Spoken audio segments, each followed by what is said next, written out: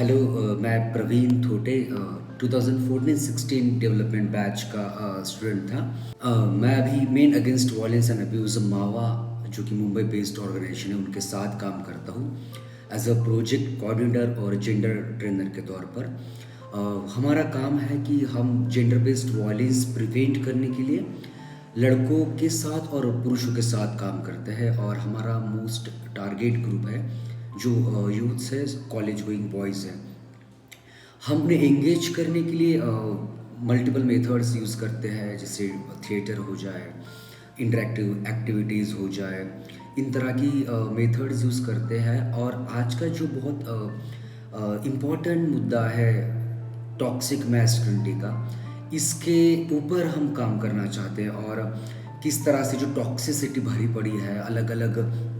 Institution के through, उसके साथ कैसे डील की जाए, और एक जेंडर जस्ट इक्विटेबल सोसाइटी बनाने के लिए कितना अच्छा प्रयास किया जाए, इस पर हम लोग काम कर रहे हैं।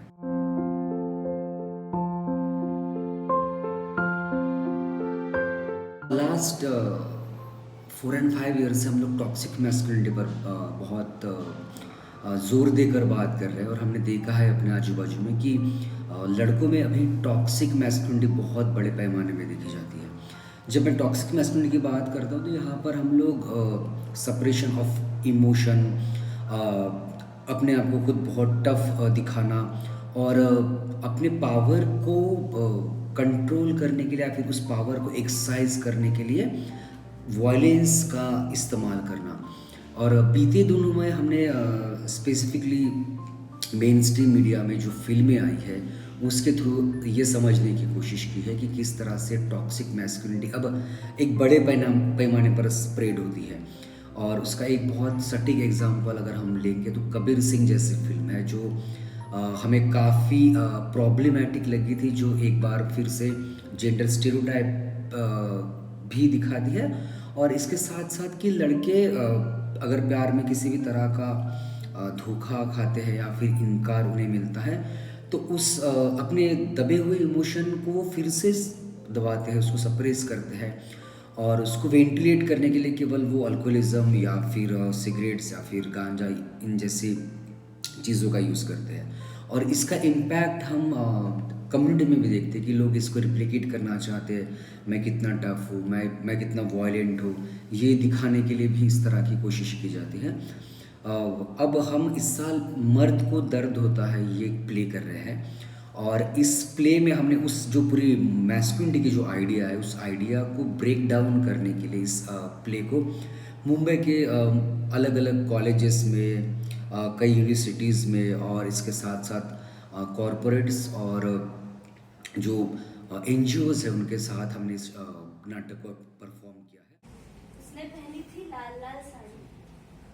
और होठों पे थी अलग ही डाली, वो और लाल हो गई। वो सामने वाले मंदिर के पास गई, हाथ जोड़े, साड़ी हल्के से ऊपर खींचकर और पल्लू कमर पर खोसकर उसने बाजार मांगना शुरू कर दिया। और हमारा आइडिया ये है कि इस नाटक को परफॉर्म करने के बाद हम उस पर बात करते, डिस्कस करते हैं, और कई लड़के इस पर सवाल पूछते हैं कि सर क्या मर्दानगी अच्छी बात नहीं है क्या? तो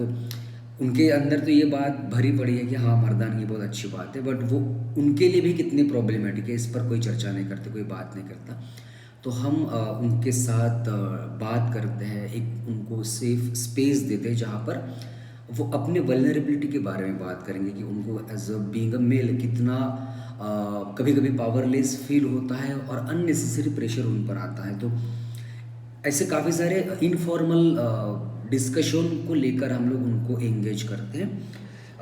जिनके साथ हम लोग काम करते हैं। एक बहुत पावरफुल मैं कहूँगा कि चेंजेस हमने देखे हैं कि आमतौर पर ये लड़के हमारे टीम के साथ जुड़ने से पहले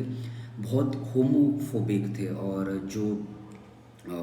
एलजीबीटी कम्युनिटीज़ को लेकर उनके व्यूज़ जो थे वो बहुत एक भयानक तरीके के थे कि वो एग्जिस्ट ही नहीं करना चाहिए, इस तरह के उनके व्यूज़ होते थे। बट हमने पिछले 3-4 सालों से कोविड के दौरान थोड़ा सा हमें प्रॉब्लम हुआ, लेकिन पिछले 3-4 सालों से हमने देखा है कि अब वो प्राइड वॉक में जो एलजीबीटी कम्युनिटी के थ्रू ऑर्गेनाइज की जाती है, उस प्राइड वॉक में वो आते हैं, बात करते हैं और उस प्राइड वॉक में भी हमारे साथ चलते हैं। तो प्राइड वॉक में चलना मतलब लोगों को लगता है कि आप उस पर्टिकुलर कम्युनिटी से बिलोंग करते हो। तो इस स्टीरियोटाइप को भी तोड़ना, और अगर हमें लगता है कि एक समतावादी समाज हमें बनाना है जहाँ पर हर कोई अपनी इच्छा के अनुसार खुद को एक्सप्रेस करे, अपनी ज़िंदगी बिताए, तो हमें हर किसी स्टीरियोटाइप को तोड़ना पड़ेगा, उसको चैलेंज करते रहना पड़ेगा। और जो टॉक्सिक मैस्कुलिनिटी है, जो होमोफोबिया है, इसे भी हमें ख़त्म करना पड़ेगा। मेरे जो दोस्त हैं, मेरे साथ पढ़ने वाले और अब जो पढ़ रहे मेरे एपीयू के साथी, मैं उनको एक मैसेज या एक रिक्वेस्ट करना चाहूँगा कि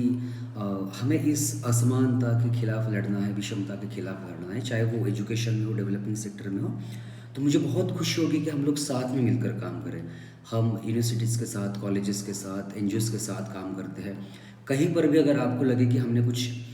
कोलैबोरेशन करना चाहिए एक दूसरे के साथ, हम जो काम करते हुए एक्सचेंज करना चाहिए, तो मुझे बहुत खुशी होगी। और हम डेफिनेटली पूरी कोशिश करेंगे कि जो हमारा अज़ीम प्रेमजी यूनिवर्सिटी का एक मैसेज है कि जस्ट जेंडर इक्विटेबल सोसाइटी की तरफ जाने का हमारा जो एक आइडिया है, उसके लिए हम बिल्कुल साथ में काम करेंगे, मिलजुल कर काम करेंगे और एक दूसरे के साथ ये सारी चीज़ें शेयर करेंगे, बांटेंगे। Thank you.